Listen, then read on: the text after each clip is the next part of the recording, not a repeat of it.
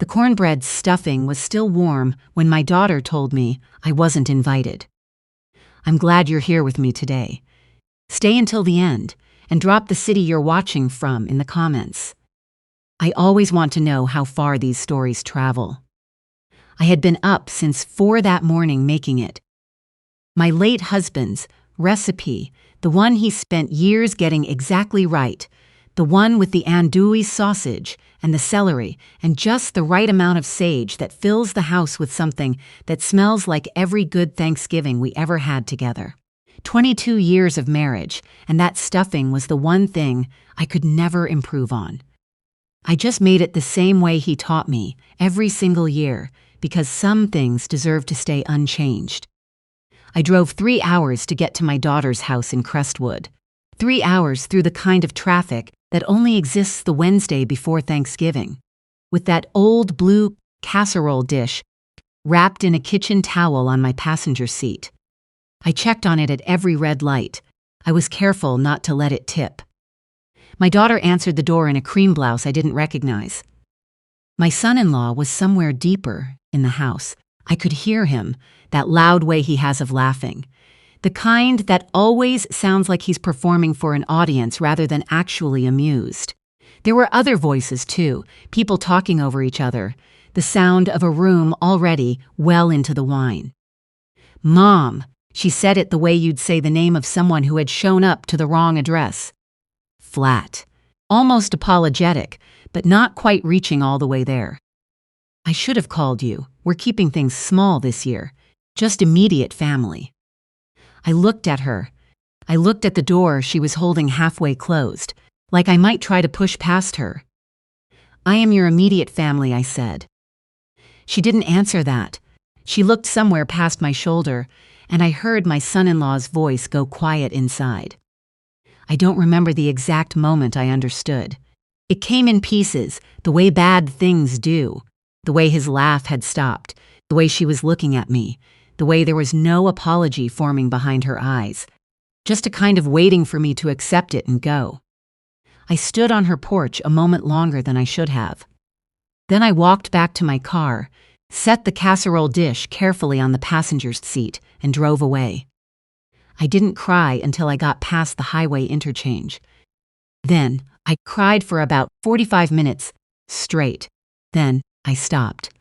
Because there were still 90 miles of driving left and I am 63 years old, and I know better than to make decisions on the side of a highway in the dark. What I didn't know yet that night was that I had given them $189,000, and they were about to discover that Thanksgiving was the most expensive dinner they never fed me. My husband died 10 years ago. Stroke, 54 years old, 3 days before Christmas. The kind of loss that comes out of nowhere and reorganizes every assumption you ever had about your future.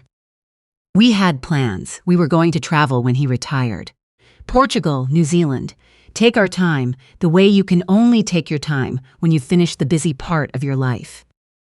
Instead, I spent that Christmas sitting in a house that had too many rooms and no particular reason to put up the tree. My daughter was 26 when her father died. Old enough to grieve on her own, young enough that it still broke something in her I could see but couldn't reach. She and my son-in-law had been dating 2 years by then. He moved fast after the funeral, attentive, always present, the way people are when they've correctly identified that comfort is being received better than anything else. I told myself that was love. I wanted it to be love. I taught 4th grade for 31 years at Mill Haven Elementary. I was good at it. I know how to read a room, how to read a person, how to understand what someone needs versus what they're asking for. I want to be honest about why I didn't read what was happening with my son-in-law sooner.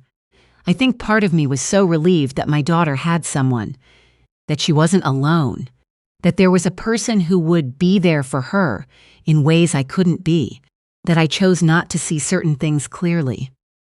The money started the year they got engaged, $42,000 for the wedding, because my daughter had a very clear picture of what she wanted, and my son-in-law had an equally clear picture that he wasn't going to be the one paying for it. I told myself it was my gift to her. It felt good to give it.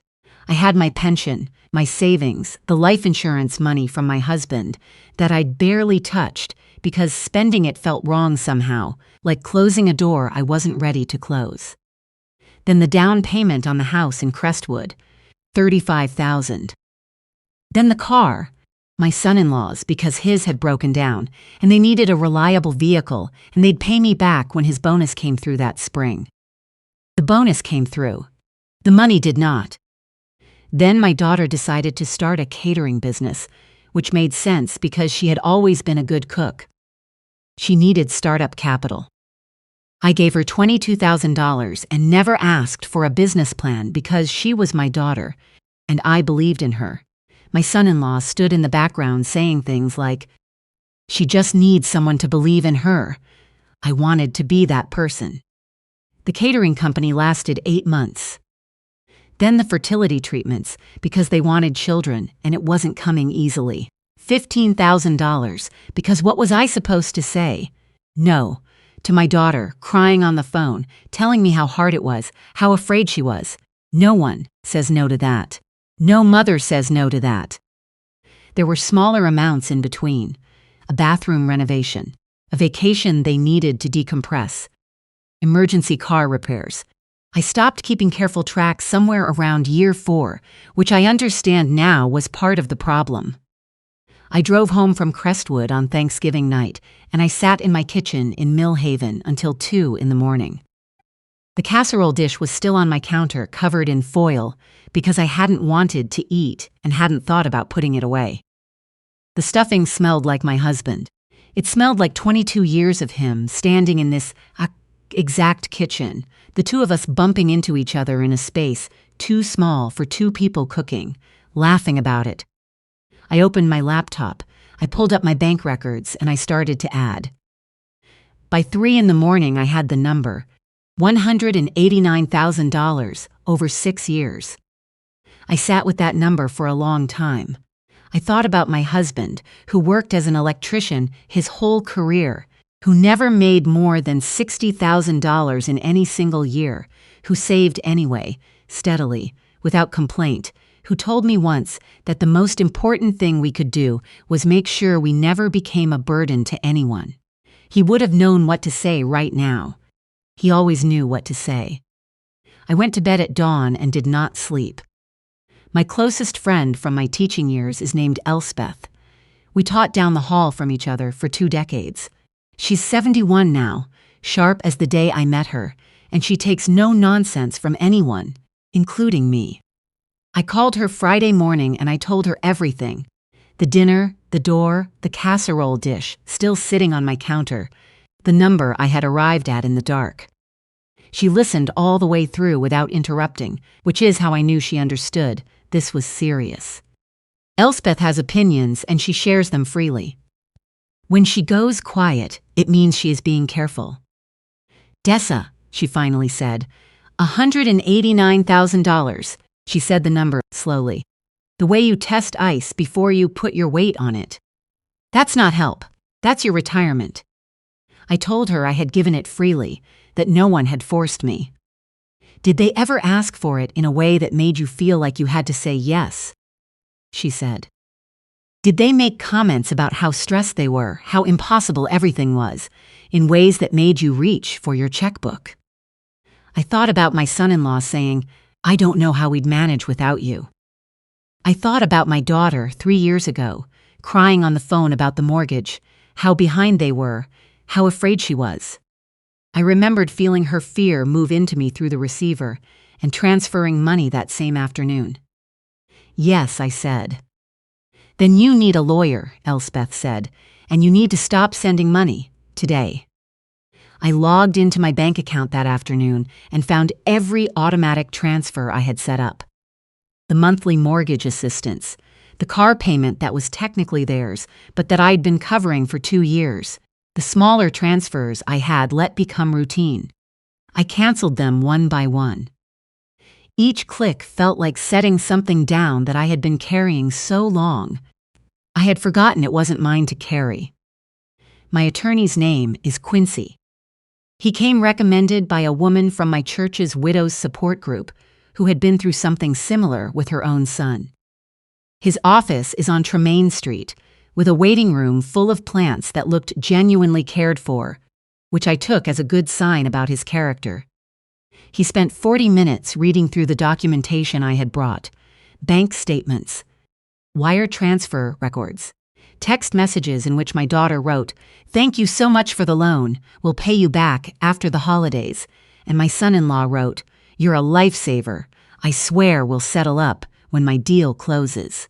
The deal, whatever it was, never seemed to close. "You have strong documentation," Quincy said. "Without a written agreement stating these were gifts, there's a reasonable argument that they were implied loans. And you have their own words calling them loans, repeatedly." "What does that mean?" "It means you have standing to sue for repayment." He folded his hands on the desk. "I want to be honest about what this process will look like. It will be uncomfortable. It may become public. But you have a case." I thought about my daughter's face in the doorway on Thanksgiving. The patience in it, the faint impatience underneath the patience, like she had somewhere else to be, and I was making her late. "What do we do first?" I said. "We sent a formal demand letter by certified mail. Signature required." I thought about my son-in-law opening it. I imagined the look on his face when he saw the itemized list, every transfer, every dollar. I am not proud of how much comfort that gave me. My daughter called 17 times in the 3 days after the letter arrived. I answered none of them. My son-in-law called 4 times, then stopped. That told me something about his confidence in their legal position. Then my daughter came to my door on a Saturday. I watched her from the window. She was alone, which surprised me. She stood on my porch for a full 10 minutes before I opened the door, which I did not because I'd relented, but because I wanted to see her face when I said what I had decided to say. She looked frightened, and beautiful the way she always is when she's frightened. She has her father's cheekbones. "Mom, we have to talk about this." "Everything goes through my attorney. You have his number." "This is insane. You're treating us like criminals." "You treated me like a stranger at your front door," I said, "on Thanksgiving." Her face shifted. Not quite remorse, but something close to it. Something that was trying to become remorse and hadn't made it all the way there yet. "Pierce and I have been talking," she said. "We can work something out. A payment plan, without lawyers." "No," I said. It was the easiest word I had said in 6 years. I closed the door, and I did not feel guilty. I waited for the guilt to come, and it simply didn't. A month after the demand letter, an email arrived from an address I didn't recognize. The subject line read, "You should know who you're dealing with." I almost deleted it. I almost deleted it twice. But the woman who sent it, who said her name was Greer, who said she'd been my daughter's college roommate for 3 years, wrote things I couldn't unknow after reading them. My son-in-law had entered my daughter's life carrying significant gambling debts. Not minor ones, $40,000, owed to people who had particular ideas about repayment timelines. My daughter had known before they married. She had helped cover it quietly, and when her own savings were gone, she had begun, slowly, systematically, leaning on me. Greer wrote that she was not excusing it, that she had tried to warn my daughter before the wedding and been cut off for it, that she was sorry. She wrote, "I think you deserve to know why it started, even if the why doesn't change the how much." I sat with that email for 2 days before forwarding it to Quincy. "It won't change the law," he said, "but it explains the pattern. And it makes your son-in-law considerably less sympathetic." I understood my son-in-law differently after that. He wasn't simply selfish. He was the particular kind of desperate that comes from hiding something for years and reorganizing an entire life around the hiding. My daughter had loved him enough to become part of it, and I had been the resource they used to buy themselves time. I thought about that for a long while. I didn't stop being angry. but I started to understand what I was truly angry at. Mediation was held on a Thursday in February, in a conference room on the 14th floor of a downtown building. I wore the navy blazer I'd bought for my husband's memorial service. I hadn't worn it since. It fit the same. My son-in-law had a lawyer who wore cufflinks and spoke with the confidence of a man billing by the hour. My daughter sat beside him in a gray suit and looked at the table. For the first hour, it was documents. Quincy presented the paper trail with quiet precision. Every transfer, every text message in which the word loan appeared, every promise of repayment that had come to nothing. Their lawyer said these were gifts, expressions of maternal generosity, not financial contracts. "I have a voicemail," Quincy said, "in which your client explicitly says, 'Thanks for the loan, I'll get it back to you by March. Would you like me to play it?'" My son-in-law's jaw tightened. My daughter looked at her hands. Then my son-in-law said something I think he had been holding inside for a long time. He looked across the table at me and he said, "You gave that money because you couldn't stand not being needed. You were buying your way into our lives. You can't stand that Hadley grew up and doesn't need you anymore." The room went very quiet. Quincy set his pen down slowly. I looked at the man my daughter had chosen, the man for whom I had written check after check for 6 years, the man who had stood in the background on Thanksgiving and let his wife close the door on me. "Is that the story you told her?" I said. "Is that what you used so she could stop feeling guilty about the money?" He didn't answer. "Hadley," I turned to my daughter, "did you believe that I gave you money to control you?" She looked up at me for the first time since we had sat down. Her eyes were wet, and she said something I hadn't expected. I don't know what I believed. He made it make sense. The way he explained it. It always made sense when he explained it. Something broke in me, but differently than the doorstep had broken me. Something older. Something that had needed to break for a long while. "Your Honor," Quincy said to the mediator, gathering his papers, "I think we have what we need." We walked out. My son-in-law's voice carried after us into the hallway, tight and furious.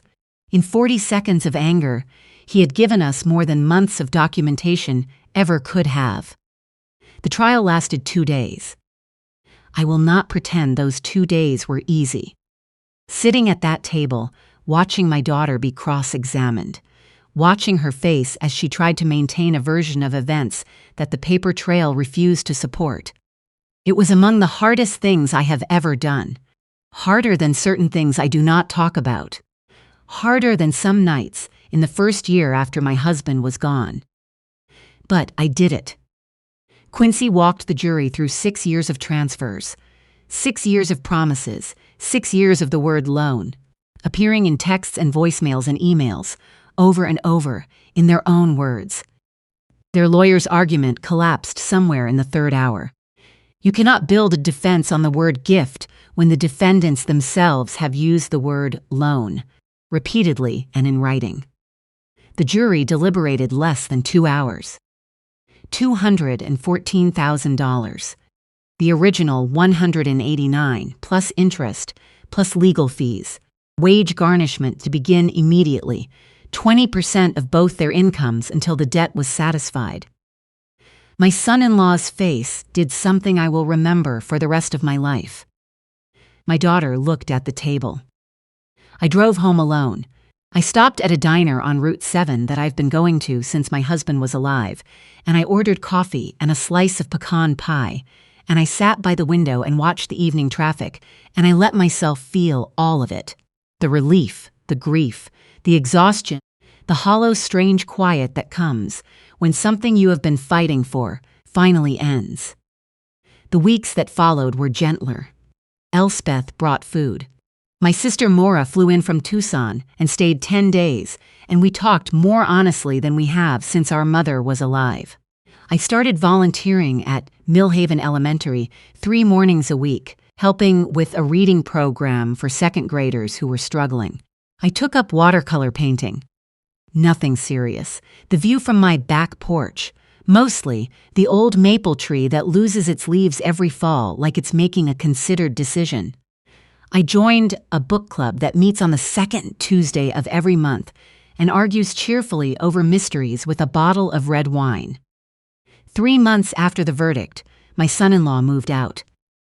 I heard this through Maura, who heard it from a family friend.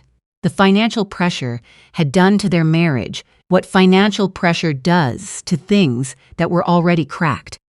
6 months after the verdict, a letter came, handwritten.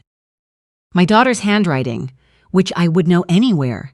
I watched her learn it, watched her print laboriously in 2nd grade and shift to cursive in 4th, watched her particular slant develop over years. "Mom," she wrote, "I know I don't have the right to ask you to read this. I know I don't have the right to ask you for anything. But I need you to know some things, and I'd rather write them than say them because I keep losing my nerve when I try to say them out loud." She wrote about her husband, about knowing his debts before the wedding and being too afraid to step back, about the story he had built for her over the years. The story where I was the problem, the controlling presence she needed protection from, where every check I wrote was a leash instead of a lifeline. She wrote that she had wanted to believe him because it was easier than believing she had made a terrible choice and dragged me into it. She wrote, "I know you made mistakes too. I know you held on too tight after Dad died. I know you helped in ways that made it harder for me to stand up straight on my own. I'm not saying that to hurt you. I'm saying it because I think it's true, and because we both deserve honesty now more than we deserve anything else." She wrote, "I don't expect forgiveness. I'm not even asking. I just needed you to know that I see it, all of it. What you gave and what I took and what I let happen. I see it." I read the letter 4 times. I put it down on my kitchen table, next to the blue casserole dish that I still hadn't brought myself to use again, and I looked out the window at my maple tree for a long while. Then I wrote back. I told her I forgave her. I told her that forgiveness was something I needed to do for myself, not for her. That bitterness was a thing I had watched destroy people, and I did not intend to let it destroy me. I told her that I understood, in ways I hadn't before any of this, that I had loved her in a manner that was sometimes more about my own fear than her actual needs. That watching her father die had terrified me into a kind of holding on that hadn't served either of us. That I had solved problems she needed to solve herself, and that my generosity, real as it was, had sometimes been a way of keeping myself necessary. I told her that understanding this did not make what she had done acceptable. That context explains things, but does not excuse them. That $189,000 was not an abstraction. It was my husband's life insurance, years of a teacher's salary carefully saved, time I could not get back. I told her that I loved her, that I would always love her, that there was a shape in my life that was exactly her shape and nothing else would ever fit it. But I told her I could not go back to who I was, that the woman who would have let this continue indefinitely, who would have absorbed every guilt trip and written every check and been grateful for whatever warmth was left over. That woman was gone, and I did not think she should come back. Maybe someday, I wrote, when you've learned to stand on your own, when I've learned to love you without losing myself in it, maybe then we try again, differently. Not yet, not now. I sealed the envelope and walked it to the mailbox at the end of my block in the early morning, before anyone else was awake. My husband is buried at Hillcrest Cemetery, on a gentle rise that faces east. I visit on his birthday and our anniversary, and sometimes when I simply need to think. I went the week after I mailed the letter. It was a cold morning, late autumn, the sky that particular pale gray that makes everything look like a photograph of itself. I sat on the bench near his headstone, and I told him about all of it. The way I do when the decisions are finished and the only thing left is to say them out loud. I loved her too much in the wrong way, I told him. I think we both knew that. I think I knew it and kept going, because I was afraid of what would happen if I stopped. The wind moved through the cemetery trees. A cluster of leaves blew past, dry and pale, already let go. Here is what I know now, I said. Money isn't love, but it isn't nothing either. It is time. It is work. It is 31 years of standing on my feet in a classroom. It is the years you came home, with your hands rough, from a full day of work. When someone takes all of that without acknowledgement, without return, and then tells you that you are not family, that is not just ingratitude. That is erasure, and I was not going to be erased. I looked at his name on the stone, the years, the 54 that were not enough by half. I have a good life, I told him, Elspeth and Maura. The second graders at Millhaven who are learning to read and don't know yet how much that will matter to them. My maple tree and my watercolors in the book club that argues over mysteries every second Tuesday. I have a blue casserole dish I'm going to use again someday. I'm thinking Christmas. There is a Hadley-shaped space in all of it that nothing fills.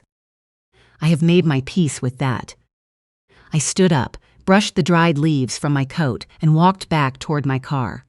The sun was finally coming up, burning the gray out of the sky. It was cold and clear and entirely mine. Some things don't heal. They become the shape of the life you build around them. And sometimes that life, built carefully, deliberately, around something broken, turns out to be stronger than anything you might have built without it. I got in my car and I drove home, and I was okay.